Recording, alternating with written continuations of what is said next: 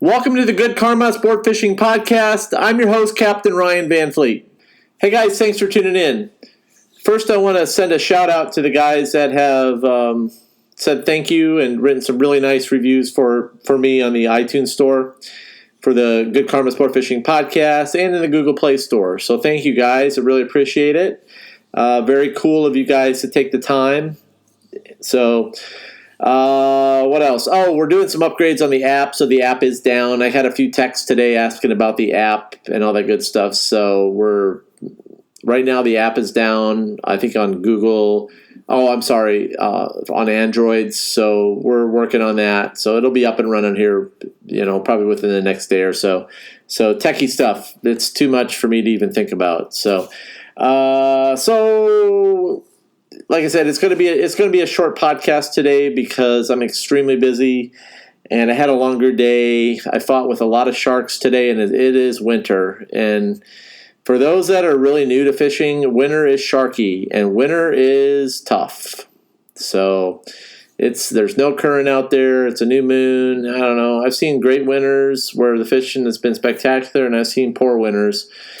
So I don't know, So I'm here to help today, and I'm going to share something with you guys that I'm doing when I'm chicken rigging for vermilion snappers that seems to be catching me some nice mutton snappers as well. And unfortunately, you're catching groupers too, so which kind of sucks because the season closed. But if you can get a nice picture and release, and you're catching porgies.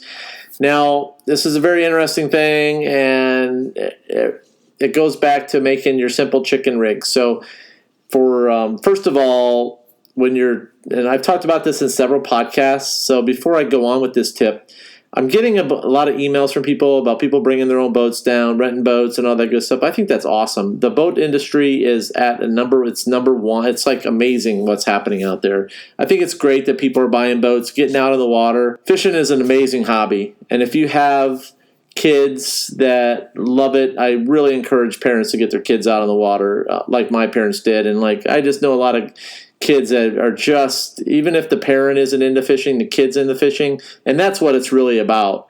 So it's getting those kids out on the water and having a good time. So we all need to keep that in mind, because sometimes it's about the kids and bending the rod. So chicken rigs, it's wintertime.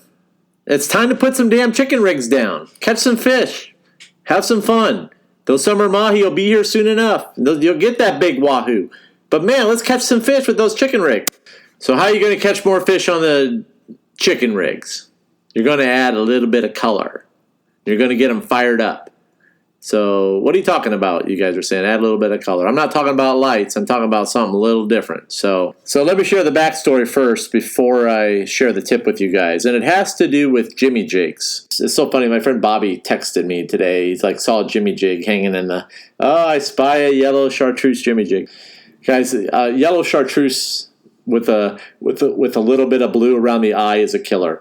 Now, and it's just a killer jig. And that's why I highly recommend that Williamson jig that I have in my Amazon store. It's a killer. So anything bright chartreuse, especially in the wintertime, will just spank them. So I love the vertical jig in the winter. It's just a fun thing to do. You catch a whole bunch of different stuff. You drop a jig down, you catch some fish. Today we're catching a bunch of kingfish on the jigs, and so it's just a lot of fun. And chartreuse is just an awesome jig that fires up lethargic fish. It's wintertime. It's the jig that I use in the winter. So, and one thing that's so special about certain chartreuse jigs is that you got to find one that has a little blue around the eye. Now that little blue around the eye is something that squid have, and it's an old trick that was used by a lot of the Mexican commercial fishermen when they vertical jig, is that they always painted blue around all their chartreuse jigs.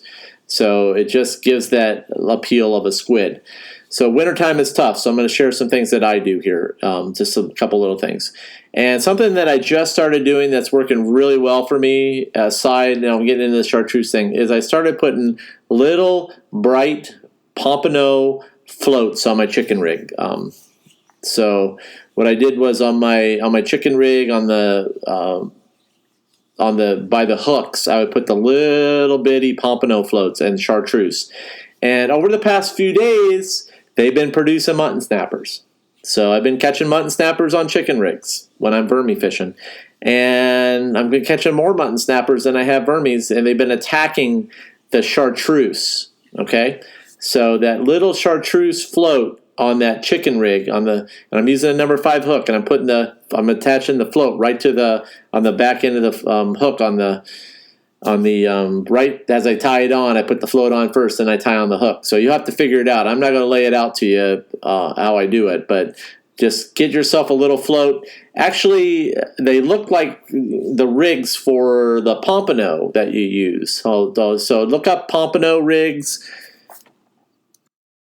and you're going to see what that little float looks like. So basically what that does is, like, you got a chicken rig and there's no current. There hasn't been any current down here, so it's been kind of sucky trying to figure stuff out. But anyways, that little float will keep that bait up, and it's been really dark. And what I've learned with chartreuse, guys, and take it for what it's worth, it is a killer in the winter, especially now. You will catch fish with it. And like I said, add that little bitty float to your chicken rig right above the hook. And what that'll do is it's going to get down and it's going to float that squid up a little bit. And the fish will key in on the color. He's going to see that color, and that's what he's going to attack, and he's going to get on the hook. So, and then you'll sniff it out. But like I said, the chartreuse is I'm not even going to get into it. It's just in my opinion, it's the most visible color on the bottom. The fish go nuts for it. And you want a bright pompano float, small little float that you can attach right above your hook and then on your chicken rig. Now you can do 1 or 2, and then just trust me, you'll see which one it goes after. So that's what they've been attacking. So something I've been doing for a while now, works very well, and I wanted to share that as a thank you. Now remember, what may work for me may not work for you, and you got to put in some time out there, and you got to be in an area that's fishy.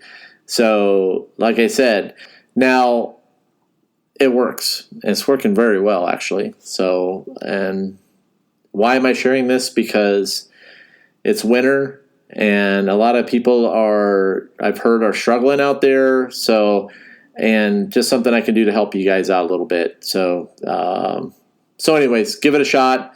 I love chicken rigging. It's one of my favorite things to do, and I'm always trying to figure out different ways with my chicken rig. I don't like to use lights. That's another thing I talked about in a previous podcast. And I've talked about this in previous podcasts about how I really don't like deep drop lights because it's not natural. How often do you see a light down on the bottom? So how do you think those fish hunt? By flashlight? So I know guys down a Marathon that are excellent fishermen, and I'm not going to say who they are, but they're really good at targeting barrelfish. Those guys don't use lights. So just keep that in mind. And I know some really good bottom fishermen, and they don't use lights. So I will be talking more about deep dropping here in the future. But again, Google pompano rigs, and you're going to see the little pompano float, and you have to attach that little pompano float on your chicken rig. So, and you want to do it right above the hook so your bait floats, and it'll get a little bit of, it won't I don't know. Anyways, I'm kind of rambling on, but it works. When Bouncer Smith, one of his old tricks was, I remember when I worked with Bouncer Smith with Jimmy Jigs, and because I did sponsor Bouncer, and I worked with him on a couple different things as far as Jimmy Jigs goes, and he was always an awesome person as far as a wealth of knowledge. And I did have the opportunity to sword fish with Bouncer, and he's a super nice guy, and I really admire him and how and what he did. But one of Bouncer's old tricks that he has talked about in several seminars was he would take a pinfish, and what he would do is he would attach it to like a vertical jig and lay it on the bottom, and then he would, then it would act like the pinfish was eating something. And he was always always trying to come up with fun stuff, and that's why I liked about Bouncer. He was never satisfied, so he's always coming up with weird shit. And I was very lucky to be able to get to know him on a little bit of a different level as far as the fishing industry goes. And I got to tell you what, he was a class act. So still is.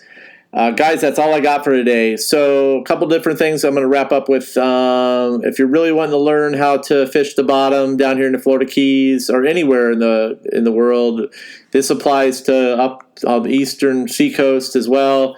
You want to check out my courses. My courses, I talk about how I tell you guys exactly how I power drift for different species of porgies and mutton snappers and all that different types of stuff. And I also, in the ultimate power drifting video, I tell you exactly what bait I use, and it always gets bites, always. So at least for me, it does. So, but if you want to know what I'm using, then you can buy the video, what to use as far as dead bait goes. Dead bait works amazing. I am not a snob when it comes to dead or live. Unless I'm going dolphin fishing, then I absolutely will have live bait, because that's another story for the next podcast. Things are changing out there. Seeing there's new rules and regulations that are coming down the pipe with dolphin, but don't get me started today. That's it. Check out my courses online. There's some really good ones in there. If you're coming to the Keys and want to learn some really good stuff, it's there. www.goodkarmafishingtackle.com. Check it out.